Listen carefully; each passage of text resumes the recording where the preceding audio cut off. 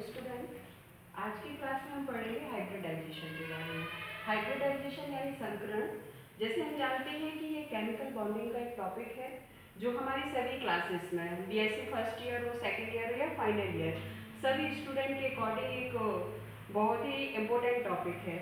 Hybridisation के बारे में जब हम पढ़ेंगे तो इसके टाइप्स, स्ट्रक्चर और इसका एक सिंपल ट्रिक हाइब्रिडाइजेशन को किसी मॉलिक्यूल में कैसे फाइंड आउट करते हैं।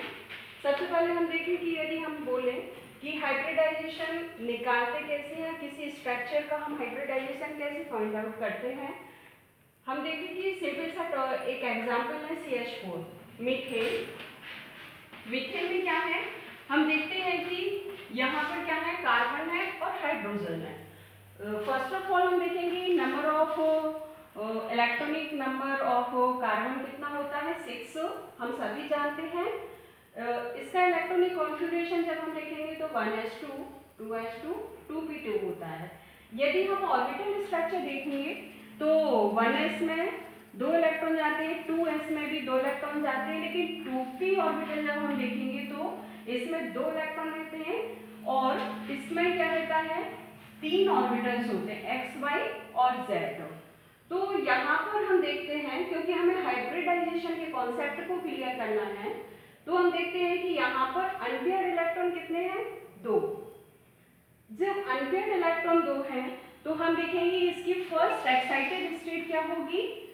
यहाँ पर नीचे आप ऑर्बिटल स्ट्रक्चर में देखते हैं कि जो 2s का एक इलेक्ट्रॉन है वो कहाँ पर जंप कर जाता है, आपके 2p में, और इसी को हम कहते हैं एक्साइटेड स्टेट ऑफ कार्बन। अब हम देखेंगे कि कार्बन के पास नंबर ऑफ अनपेयर्ड इलेक्ट्रॉन्स कितने हो गए हैं, 4। यहाँ पर CH4 यानी कहीं ना कहीं हाइड्रोजन का इन्वॉल्वेशन रहेगा। अब हम हाइड्रोजन को देखें तो हाइड्रोजन का एटॉमिक नंबर कितना होता है, 1। इसका इलेक्ट्रॉनिक कॉन्फ़िगरेशन जब देखेंगे तो 1s1। अब हम दोनों के बीच में क्या करवाएंगे, ओवरलैपिंग करवाएंगे। ओवरलैपिंग करवाने के लिए हम कार्बन का ऑर्बिटल स्ट्रक्चर रखेंगे और हाइड्रोजन, चूंकि ओवरलैपिंग कहाँ पर होती है, अपोजिट स्पिन करने वाले इलेक्ट्रॉन्स के बीच में होती है। तो कार्बन का electrons just dislike spin and hydrogen dislike spin, और अब हम दोनों के बीच में क्या करवाएंगे, ओवरलैपिंग करवाएंगे। इन सारे ऑर्बिटल्स आपस में क्या करते हैं, ओवरलैपिंग करते हैं। जब ओवरलैपिंग करते हैं तो हमारे ऑर्बिटल्स फाउंड होते हैं 1s1 1s1 1s1 और 1s1। इनके बीच में जो हमें ऑर्बिटल की शेयरिंग मिलेगी वो क्या होगी, यहाँ पर हाइड्रोजन का s था और यहाँ पर कार्बन का भी s है, तो ss, फिर ये p के साथ इसकी कपलिंग हो रही है और हाइड्रोजन का s ऑर्बिटल ही रहता है, तो sp sp और sp, यानी यहाँ पर एक जो ओवरलैपिंग देखने को मिलती है वो सेम ऑर्बिटल रहती है, जबकि तीनों ये अलग ऑर्बिटल्स रहते हैं। हम यहाँ पर कह सकते हैं कि जो हाइब्रिडाइजेशन होता है वो हमें क्या दिखा रहा है, किसी भी कंपाउंड की जियोमेट्री को भी वो शो करता है। जियोमेट्री कैसे शो करेगा, यदि हम CH4 का स्ट्रक्चर बनाएंगे तो हम सभी जानते हैं कि CH4 की स्ट्रक्चर कैसी बनती है, कार्बन बीच में रहता है और चारों हाइड्रोजन इसको क्या करते हैं, चारों तरफ से कनेक्ट होते हैं, और ये जो स्ट्रक्चर निकल के आती है वो कैसी होती है, टेट्राहेड्रल स्ट्रक्चर।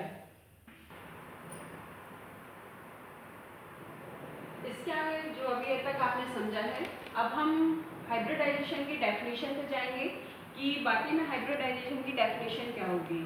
हाइब्रिडाइजेशन में फर्स्ट ऑफ ऑल हमें याद रखना है कि एटॉमिक ऑर्बिटल पार्टिसिपेट करते हैं। एटॉमिक ऑर्बिटल्स ऑफ सेम और nearly same energy intermix to give new orbital of exactly same energy, यानी यहाँ पर जो एटॉमिक ऑर्बिटल होंगे वो सेम होंगे या फिर नियरली सेम। नियरली सेम से जस्ट मीनिंग है हमारा यहाँ पर यदि 2s है तो 2p का ही नियरली से मतलब उसके आसपास का ही ऑर्बिटल क्या होना चाहिए, आपस में इंटरमिक्स। यहाँ ये नहीं हम कह सकते 2s का ऑर्बिटल जाकर के 3s या 3p के ऑर्बिटल से क्या होगा, इंटरमिक्स होगा। ठीक है, शायद आपको डेफिनेशन समझ आ गया होगा। अब कंक्लूजन में हम देखेंगे सिर्फ हाइब्रिडाइजेशन क्या होता है, उसके कुछ पॉइंट्स निकल के आएंगे कि हाइब्रिडाइजेशन एटॉमिक ऑर्बिटल जिनकी एनर्जी सेम है या लगभग सेम है वो आपस में मिक्स होते हैं और न्यू सेम एनर्जी के ऑर्बिटल का क्या करते हैं, फॉर्मेशन करते हैं। जो मतलब हाइब्रिड ऑर्बिटल बनेंगे जब वो ओवरलैप नहीं हुए थे उसके पहले जो उनकी एनर्जी थी और ओवरलैपिंग के बाद जो एनर्जी आएगी, यानी यहाँ पर 2s ने मिलकर के ये 4 ऑर्बिटल बनाने हैं। तो जब ओवरलैपिंग नहीं हुई थी, जो उनकी एनर्जी थी ओवरलैपिंग के बाद भी सेम एनर्जी ही रहेगी, एनर्जी में कोई डिफरेंस नहीं आता है। सेकेंड पॉइंट जो हमें फाइंड आउट होगा, जो हाइब्रिडाइजेशन होता है, आप सभी नोट करेंगे कि हाइब्रिडाइजेशन सिर्फ हाफ फील्ड ऑर्बिटल के बीच नहीं होता है, ये तीनों ऑर्बिटल में देखने को मिलता है। जो एम्प्टी ऑर्बिटल होते हैं, जो हाफ फील्ड ऑर्बिटल होते हैं, जो फुल फील्ड ऑर्बिटल होंगे।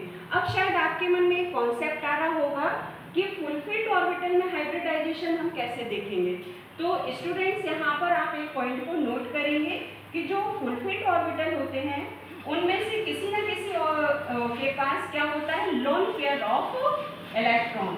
ये जो लोन पेयर ऑफ इलेक्ट्रॉन्स होते हैं वो हाइब्रिडाइजेशन में क्या करते हैं, पार्टिसिपेट करते हैं और इस पूरी प्रोसेस को कंप्लीट करते हैं। इसके आगे जो टाइप्स ऑफ हाइब्रिडाइजेशन है आप मेरी सेकंड क्लास में देखेंगे। इस क्लास में आपको जो भी डाउट्स हो, आपको कोई चीज़ समझ नहीं आई हो तो प्लीज़ कमेंट बॉक्स में आप अपने कमेंट्स दे सकते हैं। Thank you.